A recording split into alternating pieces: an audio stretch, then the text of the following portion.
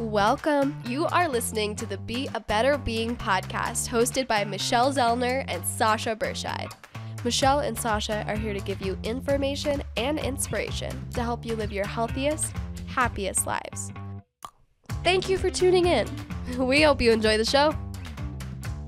Greetings. Thank you for tuning in to the Be a Better Being podcast.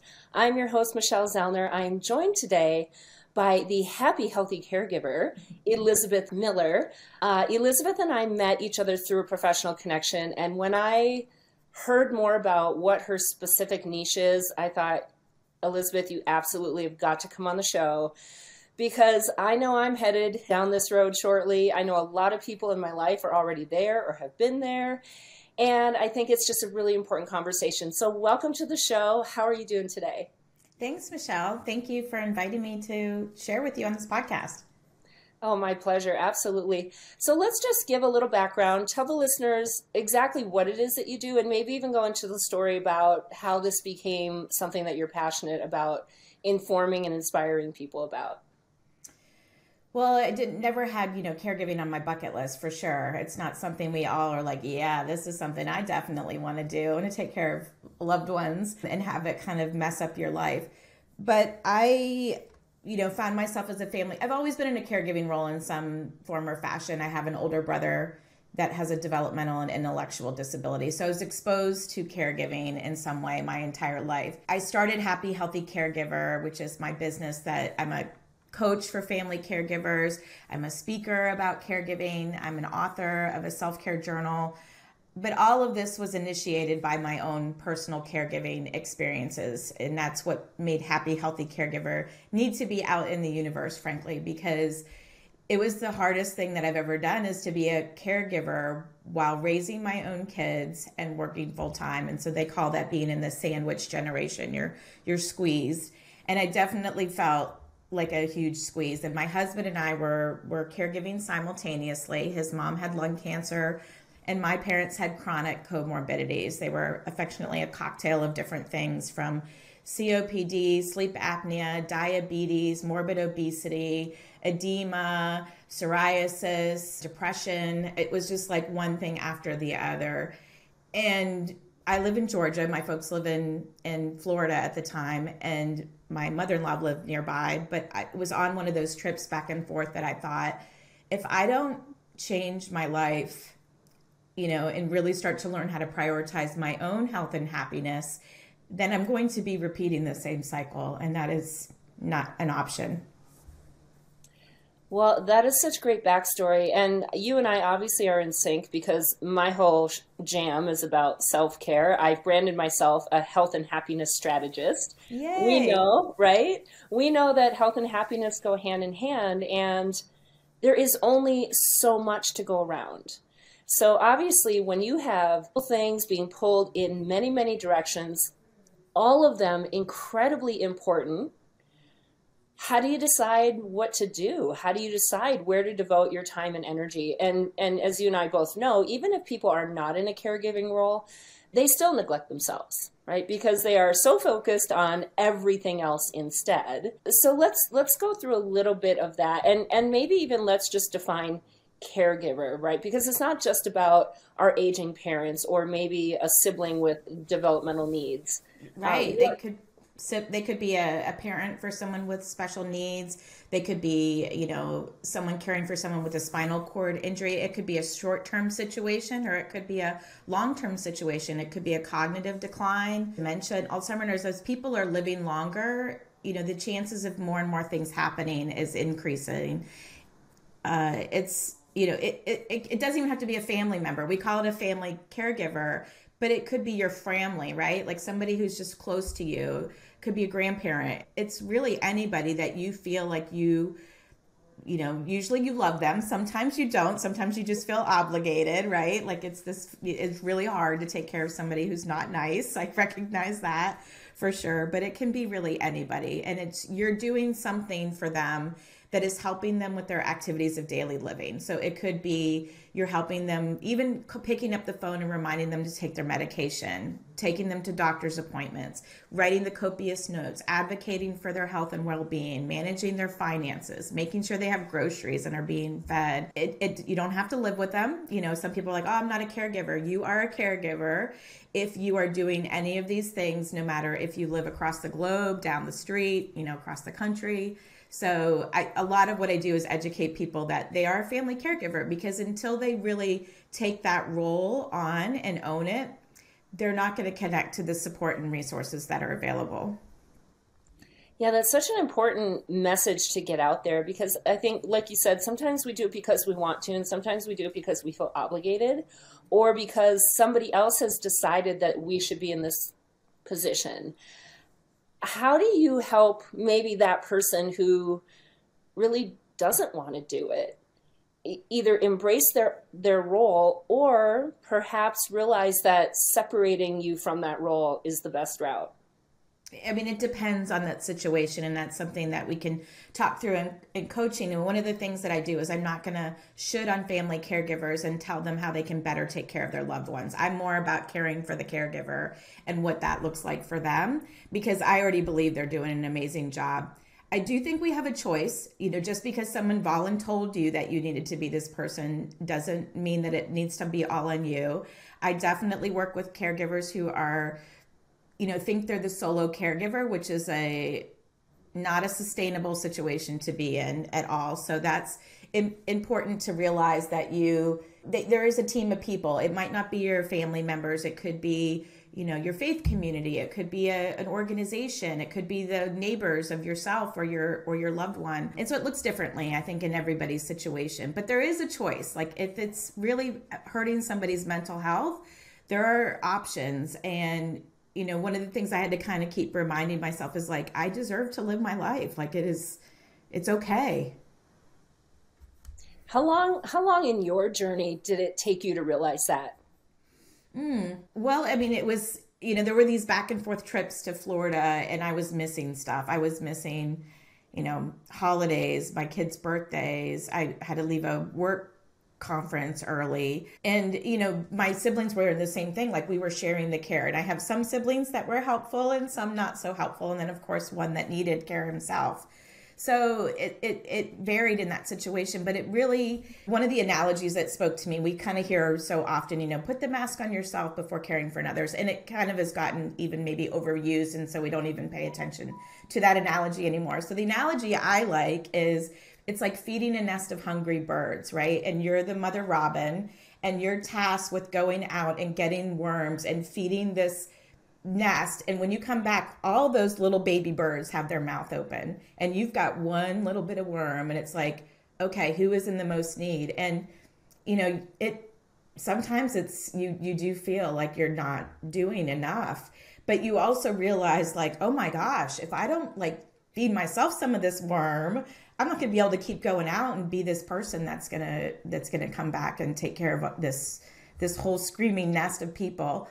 And I think, you know, the object for me was kind of like putting some systems in place, so I felt like I was at least touching the birds, like every maybe not every day, but every other day, every third day, where I was being intentional about what that looked like. And then for me, in order to just, you know, for me, anything that's self-care is something that's going to give me energy or make me feel more at peace. And so I was just on this journey during that time of being an caregiver, because that's a normal, we learn as a caregiving coach that there are stages of caregiving. And so everybody comes out as, you know, expectant, entrenched, and then a pragmatic caregiver at some point, it would be the one that would be a good person for me to meet with, because they are ready to kind of accept that this is the situation, and we can work on some strategies of how this can be a sustainable journey,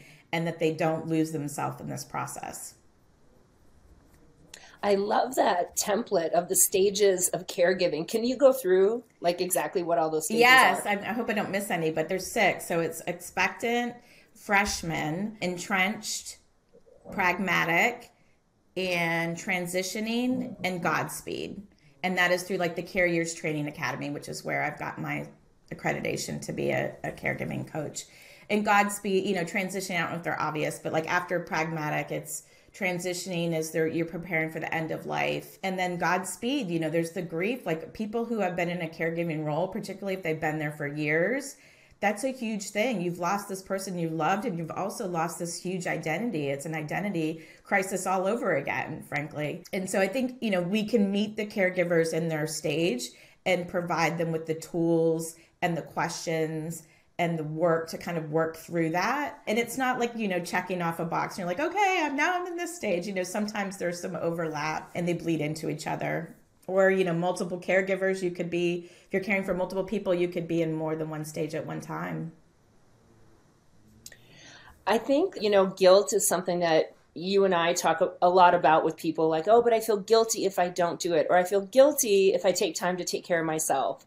What are your thoughts on guilt? I think, guilt's not all bad. It's, part of it is like you want to do this, right? You want to be there for these people that you feel guilty about. You want to show up for them. You want to show up for your place of business. You want to show up for yourself. So I don't think it's all bad, but it's very natural and it's never going to go away. It's always going to creep up to the surface. But I do try to teach people, yes, the guilt's going to come up, call it what it is, and then reframe it as some grace for yourself because, you are being put into this no-win situation, frankly, where there's just too much happening at one time. And so more grace, less guilt. I love that. More grace, less guilt. I think that's a good motto for life in general. Yeah. Right? But listen, I'm working on it every day. Like I'm a work in progress. Like you had, called me the Happy Healthy Caregiver. I don't actually call myself that. It's like a beacon of like a work in progress. We're continual improvement and constantly learning about what that looks like and trying on different things to see how that makes me feel. Does that make me feel happy? Does that make me feel healthy? Keep doing that. Get rid of what doesn't. Yeah. I want to circle back to something you said earlier about, people feeling like they are doing this alone or that they have to do it alone. I think that's something that I talk with a lot of people about in general as well, that we have this idea that either wherever it comes from, right? I'm a perfectionist, I'm perfect, so I have to do it, or I don't want to be a burden and asking other people to help. Or, maybe I don't even know that there are other resources out there available to help, or I should be able to do this all on my own, so I'm going to do it all on my own. How do you steer somebody out of that, lone wolf mentality and maybe back into the pack animal mentality, which is actually what we are. We're not designed to do anything alone. So how do you get people back into thinking that, no, you're actually part of a pack, and this is totally normal to need and ask and want help in something like this? I usually ask some questions up front, like, how's that working for you? Like, is that working for you? Great. If you're a bootstrap kind of person, but I will tell you that I've, in all of the people that I've interacted with, stuff is going to happen. And I think even as we learned during the pandemic, like there are things that are out of our control that are going to happen. And so caregiving, and when you're a family caregiver and you take on that primary role, you need to have some plans in place, that it can't be all lying on you. It's not repeatable. It's not sustainable. And we do need that team of support. And it doesn't mean that everybody has an equal role. Like there is somebody who's going to have to be the project manager, so to speak. And that's why I kind of look at the primary caregiver, like you're managing the project, but you don't necessarily have to do all the work. And you don't have the strengths to do all the work. And how about your care recipient? Maybe they would like to have somebody else around besides just you all the time. Like, it's a win-win for everybody to have a team of people. I know for me, one of the things too that I thought is like, people should just know. They should just see that I need the help and they should just willingly offer it. But people don't know. And you probably maybe do give off the impression that you have it under control. I know when I was working, like there was so many people who had no idea that I was, hauling back and forth from Atlanta to Georgia or caring for my mom and dropping everything because I was somehow making it look like I had it under control. So you have to just be vocal about it. And, it's in sharing the care and what that can look like. I have a couple worksheets that, if people want them, they can reach out to me, that help people divide and conquer on this care team mentality of, okay, here are the caregiving responsibilities and a list of those. And, do you want to do them? Is somebody else better at doing them? Is this something people could help with remotely that live far away? Like there's some things like bill paying, that's a thing that can be done from anywhere. It doesn't have to be person who's within arm's reach. But sometimes for caregivers, it's hard to give up the caregiving responsibilities. And so there's a family responsibilities worksheet where it might be easier for you to designate the lawn care or the groceries or the home maintenance or something. So or the dogs, like something like that. And even with my own immediate family, like we were figuring out who could do what so that my husband and I had more time to be in that caregiving role. I'm a big fan of worksheets. I'm going to encourage everybody to reach out to Elizabeth for these because, I think sometimes we just find ourselves in a situation, we just kind of dive in and try to figure it out. And you have to recognize you don't know what you don't know. And if there are some things out there that can help you gain some clarity or some sense of organization or give you an idea of a direction to go, why not give yourself, that head start? So I love it that there are those resources available. So let's go to actually the self-care piece. Okay. I love that. It's my favorite topic. I know, mine too. I feel like we could talk for hours about it. I just did a thing at the Colorado SHRM convention called Permission to Self-Care. Yes. And it's been very popular. And that's the thing is people don't give themselves permission, number one. But I also think, and this is based on 25 years of professional experience as well as my own journey, self-care is hard, right? It's harder to exercise than not exercise. It's harder to prepare healthy food and eat that than it is to go grab something quick. It's harder to get the thoughts out of my head than it is to just mindlessly scroll on social media. So the healthy choice that actually would take care of me is harder than the other options, which is also probably a big reason why we don't do it. I think that is totally the case, that it is harder to do that. And I think sometimes people think it's got to be this big thing. Like I know the media talks about, Yes. Weekends away and, girls' night out and a bubble bath. Well, I love some of those things, but they don't happen on a daily basis. They're far and few between. And I'm not a bubble bath girl. I like the idea of it, but I don't like them. So you do have to kind of try things on. And I know for me, when I was first caregiving for my folks, that it was really focused on the physical stuff for me, physical self-care, because they were struggling with so many health issues. And it was right in front of my face. And I thought, I do have to eat right and exercise were very top of mind. And then later, adding in how important sleep was and is. But there's so many other types of self-care, like categories. So I recognize, and I talk about on my channels and blog posts and podcasts about other types of self-care beyond physical and, the emotional self-care like you're talking about, that could be handled through journaling and meditation or a nature bath or whatever it is that works for you. But the intellectual self-care is important to me. Like I'm a life learner, so I like to read, and I had to figure out what that could look like in my caregiving life. And I used to read traditional books, and I still read them from time to time, particularly before I go to bed. But I listen, audiobooks was something I picked up that helped with that, or podcasts, listening to podcasts and learning that way. Spiritual self-care, financial self-care, professional, social is a big one. Like I think we've seen that too in these past couple of years of what happens when people are socially isolated. Many caregivers have been socially isolated for much longer than that. And it does take intention to bring you out of your shell. And I do find that's one of the things that caregivers may wait too long to seek the support that could help them, because it just feels like it's another thing they have to do. And yet having that lifeline in place before you actually need it is a very proactive self-care measure for you to take that will help you with that social isolation, because nobody can tell you and understand it like a fellow caregiver can. So whether it's virtual or an in-person, there are options out there. I love that. And I think just self-care in general is proactive. right? One of my mottos is hard now or harder later. So you make the hard choice in the moment to take care of yourself, or it is going to be harder later because you are going to start to experience some physical, mental, and emotional health issues. And if you're supposed to be taking care of someone else and now you're not even okay, well, how's that going to, it's not going to work out. No, it's not. Right. So, and I struggled with that. And, we talked about the nest of hungry birds and all of that. And I had lots of guilt and many tears and all kinds of those emotions through that process. And I have to protect my health because I have hypothyroidism.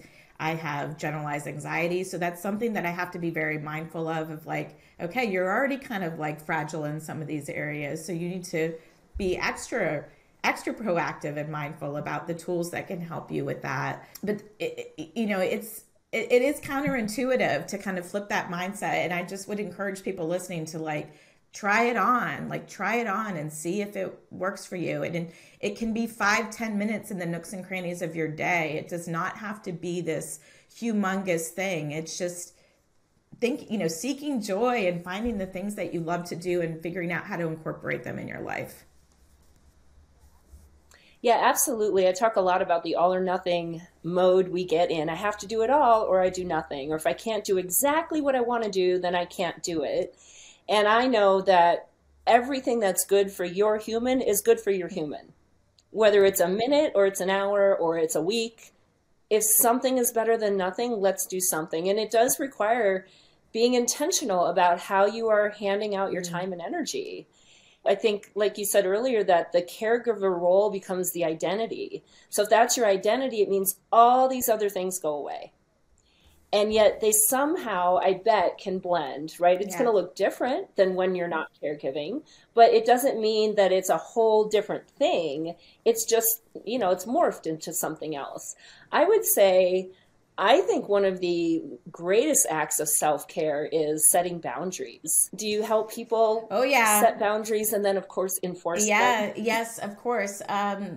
Because, that is really the only thing we can really control, right? Is how people treat us and what people ask of us. And I, found a lot of comfort in the Serenity Prayer. It was like a bookend to my day. I'd just be like, last thing I would think about, because you need them. They're healthy. And I find that a lot of times it's the conversations have not happened, those courageous conversations with family members, with work people. And we have these like silent expectations that are out there. And what would happen if we kind of rose all of that to the surface and put a flashlight on it and talked about it? And I think you would find sometimes that people are okay with it. Like, mostly there's going to be people who are narcissists, like you can't change them. And I think that's one of the things I have found comfort in too, is that one of my favorite words is consistent. Like I have this brother who was not a helpful part of our care team. Occasionally he would surprise us, but for the most part, no, would often make things worse, frankly. And what comforted me was like, well, he's consistent. He's always been this way in my life. It's not like he's just this bad family caregiver. He's not been the guy who's been in different situations. So we can't expect people to be more than they really have ever been. We can, but it's disappointing. It's frustrating. And to think about it differently is like, move on. Like, I'm going to find the right people that are going to help and figure out what they're good at. And we're going to put this together like a puzzle. Oh, that's such a great visual, to put it together like a puzzle, because I think you're right. A lot of times, and this could be applicable to lots of different things. We spend a lot of time and energy being mad and frustrated and focusing on what isn't working, what somebody isn't doing. And maybe we recognize that, we say, okay, that's the way it is. Let's shift to figuring out what can we do and what can work. And maybe that means that particular piece of the puzzle doesn't belong in this puzzle. I mean, that to your point, like my brother that I was speaking about, his strength was technology. So like if my mom was a good iPad user, iPhone, computer, she wrote. And so anytime those kinds of things came up, he would be the person. He would be the person to do those things, research and make a purchase. And I know for me, like one of the initial things in caregiving is that you take it all on because maybe it's kind of an innocent thing. You just love this person. And it's like that boiling the frog analogy where you don't know that you're burned out, because if you would have jumped in the hot water, you would have jumped right out, but it was just slowly boiling you over. And that's how caregiving can feel. And so when my dad had passed and we moved mom to Atlanta and she was in my care as a primary caregiver, she lived nearby an assisted living. That's a myth that people think that just because they live not with you, that you're not in a caregiving role. It's just different. There's a lot that happens there. And, I was all in the beginning. I was like spending the night over there. I was making sure she was making friends and going to dinner and, that she was happy and she was grieving and I was grieving. But that was not sustainable. And so eventually I did have to set those boundaries like you were talking about. And they hurt a little bit, but she would say, first she would come in and she would kind of give me her list. So every time I was there of like a million things that I could never possibly be successful at. And so finally I went to a support group and she gave me advice that I took to heart and used, and went in and she said, ask your mom what her top 2 or 3 things are, and then make sure that you're honoring this relationship that you have with her beyond caregiving. And, what are the things you like to do together? And that changed some things. And so I would go and at first I'd pick a day of the week. I said, I can't come every day, Mom. This is a lot. And Wednesday's going to be my night. The kids don't have activities. I'm going to come from work. I'm going to call you. We can either go downstairs and eat, or I'll bring you something special from a restaurant and we can have a picnic in your place. And then I would go in and I would say, what are your top 2 or 3 things that I can help you with? And she would mention those, and she would start trying. Even I'd say, oh, wait, I want to make sure that we have time to play skip bow or watch Frankie and Grace or whatever it is that coloring or whatever it is that we did together. Because I was, resentful that you would, before I would walk out and be like, oh my gosh, it's never enough. I'd be boo-hooing in the car and she just wants more. And I feel like I'm leaving her on the top of Mount Everest when I leave. And so that boundary changed that for me. And so hopefully that might help somebody that's listening there. Another thing was I had to delegate, and that was another boundary, is like I could barely get the food on the table for my own family and get the groceries. And she was sending, she wanted her things, even though she ate there. She wanted her clementines and her diet ginger ale and, certain things that made it home for her. But I didn't have to be the person to do that. So what worked for me is Wednesday night, I would get Mom's list. What do you need from the store? I'd give it to my brother that did come and visit her and be a great companion. And he would bring those things. He's a bachelor. He was he could just roll it into his shopping so much easier than I could. And she would complain. She would say, oh, Elizabeth, sometimes you put surprises in and you just do it better than he does. And I thought, I'm so sorry, Mom. I don't have the bandwidth. I can't take that on right now. Yeah, I think that's something that we all should expect, right? Is it's never going to be enough. And so we have to just take that deep breath, and obviously what is actually going on with the person is going to impact this dramatically, right? If we are talking about cognitive decline, dementia, mental health, I have a very good friend who is, really caught in the throes of significant, rapid cognitive decline with her dad. And it took a while for her to realize that you can't rationalize. So stop trying to do that, right? Stop trying to say, well, don't you remember we did or we talked about, well, don't you remember? Or I already told you. No. Right? None of that is helpful. Broken. It's broken. It's like a broken arm or broken leg. We wouldn't ask people to, move or do something that they physically couldn't do. But it's so much harder to comprehend that when you can't see the cognitive issues. But you do. It's a lot of trial and error with a cognitive thing, because not even the same strategies work on the same individuals. Right. And so there's some great experts out there. I love Teepa Snow. She tells it like it is. And she's, much respected in the caregiving space, and had the privilege to meet her and interview her on my podcast. But she's, she'll talk about driving off the cliff. Well, why do you keep driving off the cliff and saying the same thing? Like they can't remember. They can't do it differently. And there's some other places, like I had just gone to this virtual dementia tour where it allowed me to pretend that I was the person with dementia and what that looked like. Yeah. Oh, wow. So they had me put in some inserts in my shoes that were kind of all pokey. and I had headphones on playing like music and amplifying like background noise and a few other things. I don't want to kind of give their whole system away, but basically, and then they come in and they give you some instructions in this room and you hear it one time and they leave.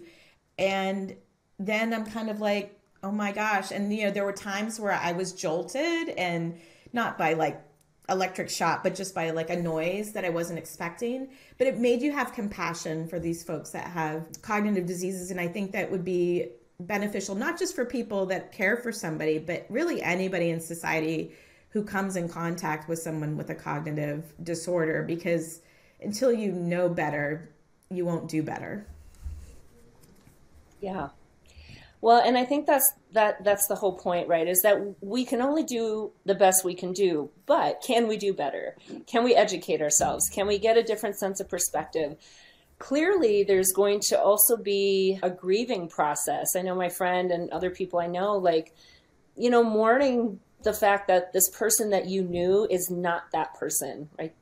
And maybe sort of going through that grieving process while they're still around, and letting yourself do that, and then shift the kind of relationship that you have with this other version of them, you know.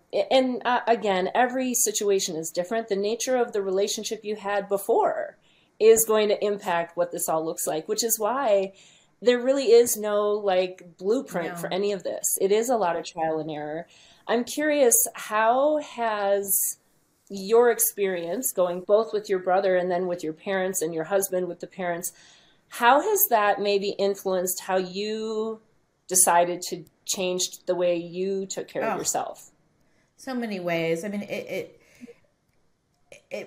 had to be intentional though. Like, you know, one of the first things I did was like the how was a struggle, right? It was like, okay, I know I need to do this, and I didn't want to should on myself. I hate the word should, but I know I need to do this. I know this is going to make me feel better physically and mentally. But how does that really work into my day? And what helped me, and maybe this will help someone, is I needed some kind of accountability and a goal. I'm a goal-oriented gal. So I had, you know, whatever your days were. For me, I did 100 days of healthy on my Instagram, but maybe 30 days is enough for you, or 60 or 90. But I wanted to really seriously change some of my habits and make this thought like immediate in my brain. And at first it was very physical. You know, it was like, okay, well, instead of ordering the nachos at Moe's, I'm going to get the salad bowl. Or instead of, you know, while I'm dropping my kid off at practice and scrolling on my phone in the car, I'm going to get out, I'm going to walk around the track. Or I'm going to write something in my journal, or talk to somebody if I felt like I was feeling socially isolated. Like even that was self-care. So it became kind of this game about like what that could look like. And then, you know, I was just so fascinated then, like, oh, so-and-so says that meditation helps them. I've tried that before, but let me try it again and figure out how it's working for them. Or, you know, oh, I'm finding that I feel a lot better when I'm going outside for even a 5 or 10 minute walk in the sunshine. Like that makes sense, right? I'm getting vitamin D. I should do more of that. And so it was this exploratory thing. And then it became a game kind of like, well, what things can I combine so that I can have multiple wins at the same time? And so I would search for twofers, I would call them, like a buy one, get one free. And I would love, I miss my girlfriends, but I also need to get a workout in. So I would do a hike, at the local trail and meet them up there. Or same with my husband, like that would be something we could catch up and get some activity in at the same time. So that's, it was a lot of trial and error though, like of things that would work. And it just, if you can gamify it, if that works for you, and find an accountability partner, like a self-care cheerleader that's gonna, keep you encouraged. That could be a role of somebody on your care team. Like, look, I just need you to pull me out of the house once a month for lunch and make me have lunch with you. Or I miss going to the movies. Can we do that at least? Someone would love to be that person for you. Like they miss you. And so those count. Those kinds of things count too. Oh, 100%. I think, everything you're describing, it takes creativity and thinking outside the box. And, we get very used to doing things the way we do them, or the way we used to do them, or the way we want to do them. And then a new role shows up in our lives and we don't know how to adjust. So I would encourage people just to, just evaluate immediately as soon as you can and think, okay, here's my new normal, knowing it could change tomorrow or next week or in, Yes. 10 weeks or a year. But we do the best we can in the current reality in which we exist. And think of yourself as a project as well. That the care you're giving is a project, but you are your own project.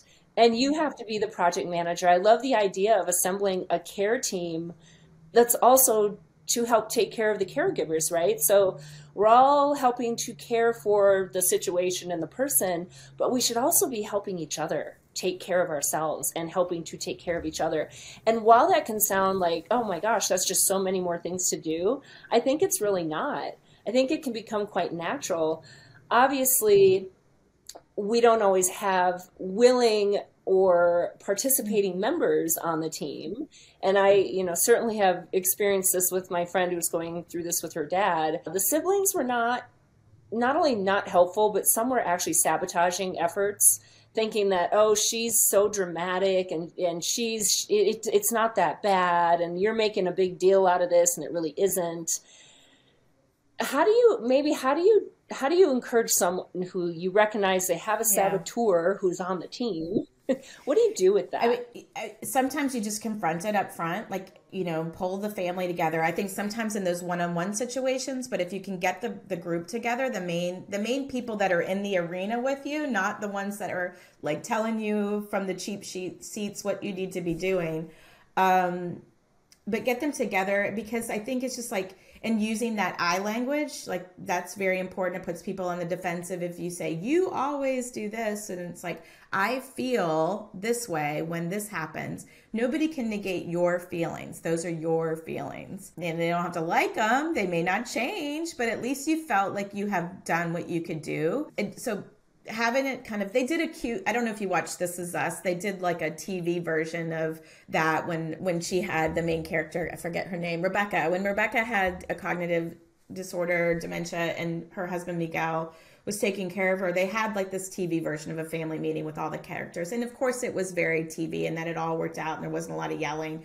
but there was some friction for sure. And just, sometimes if it's not a productive meeting, you table it and let's think about this. I hear what you're saying. We'll try this again another time. And then sometimes you just cut the rope and you just say, okay, that's unfortunate that this person is this way, but that's not helping the situation. It's just making me more agitated, more anxious, more crazy. And I'm moving on, and I'm going to find people that are, willing, ready and willing to help. Yeah, I think, the reality is it's hard. There's just no way around any of it, right? So just knowing that it's going to be hard, you're going to do the best you can with what you've got. I think sometimes in some situations, the caregiver might actually make it harder because they are doing what they think the person wants them to do. And that might be way more than that person wants. Maybe the flip side of your situation where your mom was like, I want more, more, more. I've had people, when I was a personal trainer, I had several clients who were kind of going through this, and they felt like they should be doing all these things for their mom or dad or whoever.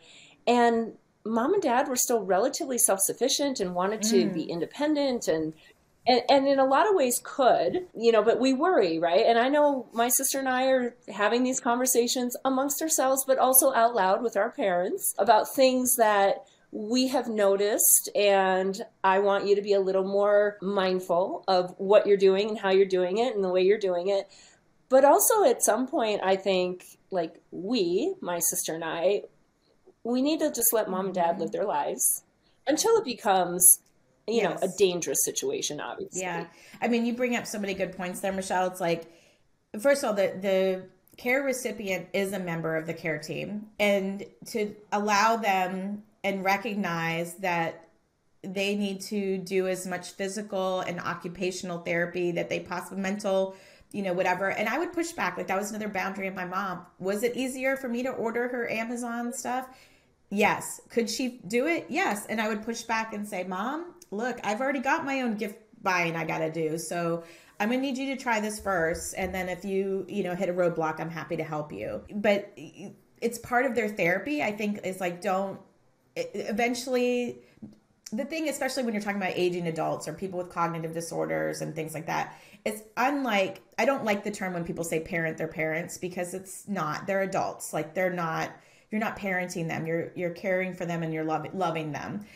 It's different, you know, but kids normally do more and more for themselves, and parents that have issues, or older adults that have different issues, they do less and less. So allow them to do it while they can do it is going to give you more respite now than later. And it's part of their therapy. Like, don't take it from them. And caregivers can be in their own way sometimes. I mean, I have someone that I'm working with right now that I had to really work hard on her to get, you know, I'm like, just fill out the paperwork for the home health person to come in, like, to give you a break. She was not showering for 2 weeks. Like, those are basic needs, people. Like, you don't shower every day, but you got to shower, you know, every couple of days for sure. So she was clearly, you know, burned out in so many ways, and felt like she was the one that needed to be in control of that. And so much of caregiving for me and for the clients that I work with is like learning how to let go.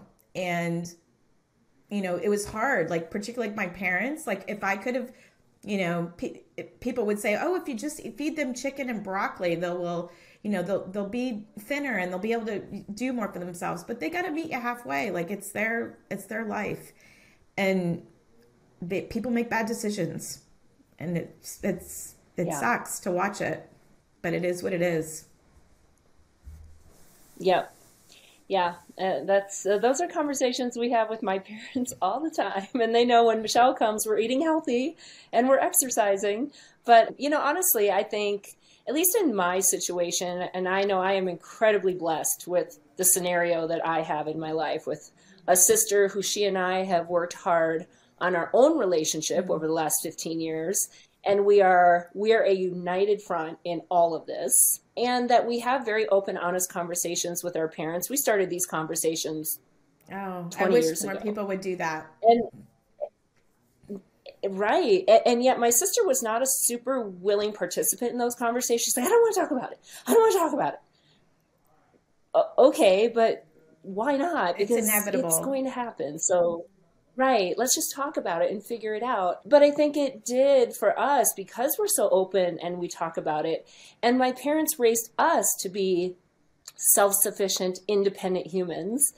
We know that they are self-sufficient, independent humans. Now, there was something we put the absolute kibosh on. They wanted to go build their dream house literally in the middle of nowhere. And we're like, no, you're not doing that. Well, we're fine. Yes, you're fine now, but no. So we put our foot down on that. We told them, like, you will never see your children again if you build this house in the middle of nowhere. So, yeah, so we find won a on little that bit one, of a happy medium there. Yeah. Oh, 100%. Oh, yes. I mean, mom and dad can do whatever they want pretty much, but no, it's just not safe or wise. I mean, literally the middle of nowhere. Maybe you should talk to my father-in-law. He lives in Mexico with his wife, my husband's stepmom. And it is the opposite of what I think an older adult should be living. It's got like terracotta, multi-level steps, cobblestone streets, 2 hours from an airport. But, you know, they've been consistent that way their whole life. Like we just, you know, we're not a big focal point in their life. And so we don't have as much pull or weight there. But it is going to be a nightmare. Like, and my husband knows it. Like they're prepared for the nightmare of what that looks like.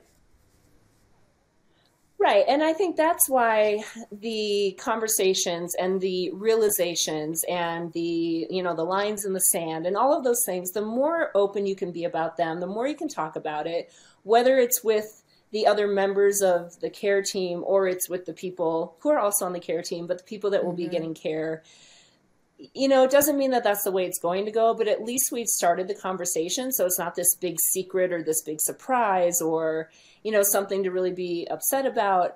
Not that it's going to make it necessarily easier, but I think in a lot of ways, just the open transparency does make the process easier because there's a lot of emotions going on in all of this as well. You don't want to be scrambling around. Like this is like, you know, you picture end of life, like, don't want to be scrambling around trying to figure out what the decisions are needing to be or what somebody really wanted. You just want to be present. Like you said, it already is enough emotionally to process it.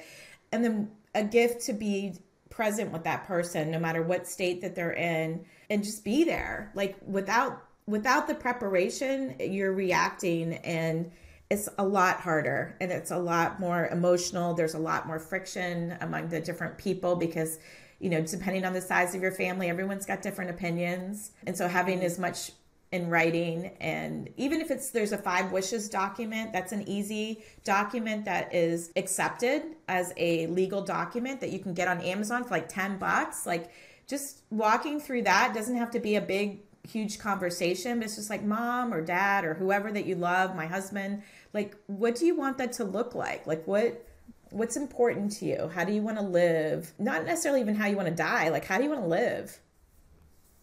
Right. Yeah.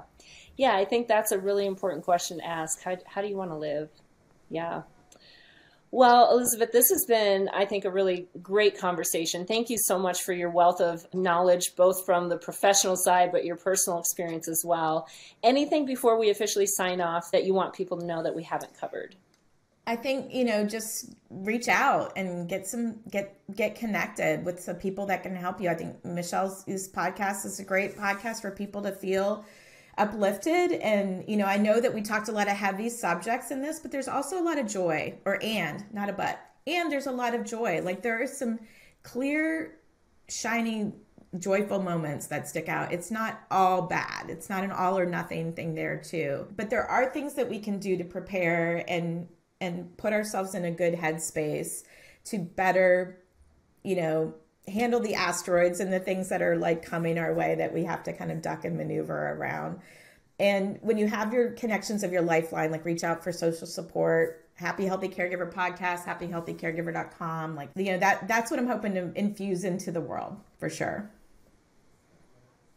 Well, I appreciate it. I know my listeners are going to appreciate it. I think this is a really important conversation. Again, no matter what phase of life you're in, you are going to be a caregiver to someone in some way at some point.